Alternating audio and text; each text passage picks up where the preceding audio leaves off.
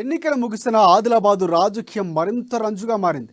ఆదిలాబాదు రాజకీయం క్షణక్షణం ఉత్కంఠంగా మారుతోంది. కాంగ్రెస్ వర్సెస్ బీజేపీ పాలిటిక్స్ బస్తీమే సవాలంటున్నాయి. ఆదిలాబాదు మున్సిపాలిటీలో బీఆర్ఎస్ బీజేపీ కలిసి మొదలుపెట్టిన అవిశ్వాస రాజకీయం వారినే కంగు తినిపిస్తోంది. ఇందుకే ఆదిలాబాద్లో ఏం జరుగుతోంది? ఏ పార్టీ నాయకులు ఏ పార్టీ వైపు చూస్తున్నారు? Let's watch the story.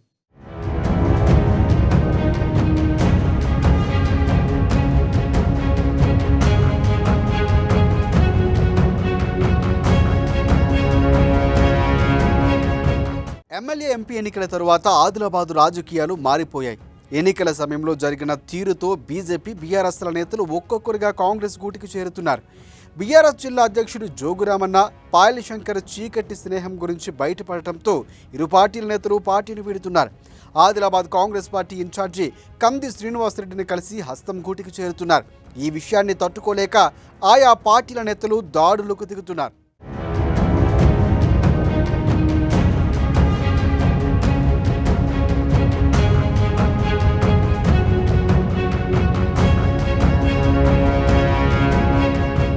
ఆదివారం ఏకంగా బీజేపీ జిల్లా అధ్యక్షుడితో పాటు ఎమ్మెల్యే పాయల్ శంకర్ తనయుడు, ఆ పార్టీ నేతలు కంది శ్రీనివాసరెడ్డి క్యాంపు కార్యాలయం ముందు ఆందోళనకు రావడం సంచలనంగా మారింది.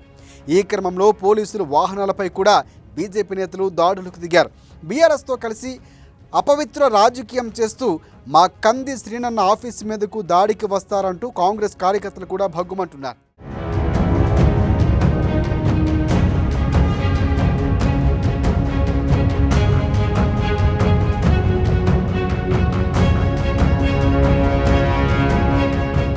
ఆదిలాబాదు పాలిటిక్స్ రోజు రోజుకు కాంగ్రెస్ పార్టీ వర్సెస్ బీజేపీగా ఆసక్తిగా మారుతున్నాయి.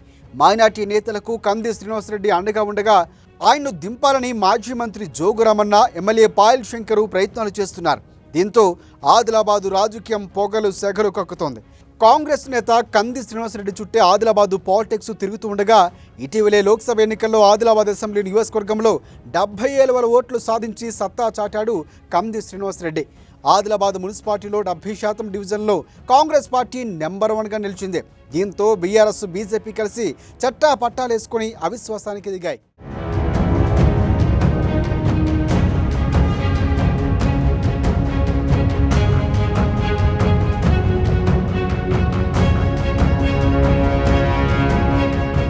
బీఆర్ఎస్ బీజేపీ కలిసి అవిశ్వాసానికి దిగిన తరువాత వారి కలయికను నిరసిస్తూ నేతలు ఒక్కొక్కరుగా జేజారిపోతున్నారు.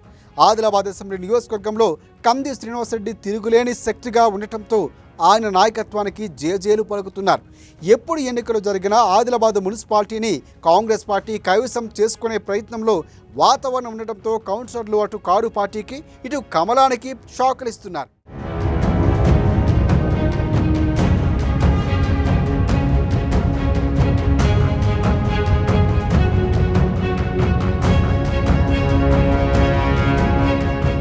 బీజేపీ సిట్టింగ్ ఎమ్మెల్యే ఉన్నా ఆ పార్టీ కౌన్సిలర్ కాంగ్రెస్ పార్టీలో చేరగా బీజేపీ నేతలు కంది శ్రీనివాసరెడ్డిని టార్గెట్గా చేసుకుని ఏకంగా ఆయన కార్యాలయం మీదకు దూసుకువెళ్లారు. మైనార్టీలకు రక్షణగా కంది శ్రీనివాసరెడ్డి నిలవగా బీజేపీతో కలిసి రామన్న రాజకీయం చేస్తున్నారు. గతంలో మున్సిపల్ ఎన్నికల్లో కాంగ్రెస్ పార్టీ కేవలం 5 స్థానాలే గెలవగా అందులో కొందరు పార్టీ మారారు. కానీ కంది శ్రీనివాసరెడ్డి నాయకత్వంలో పెద్ద సంఖ్యలో కౌన్సిలర్లు కాంగ్రెస్ పార్టీ తీర్థం పుచ్చుకోవడంతో గేమ్ ఇప్పుడు ఆసక్తికరంగా మారిపోయింది. అవిశ్వాస పాలిటిక్స్లో మరిన్ని ట్విస్టులు ఉంటాయో చూడాలి మరి.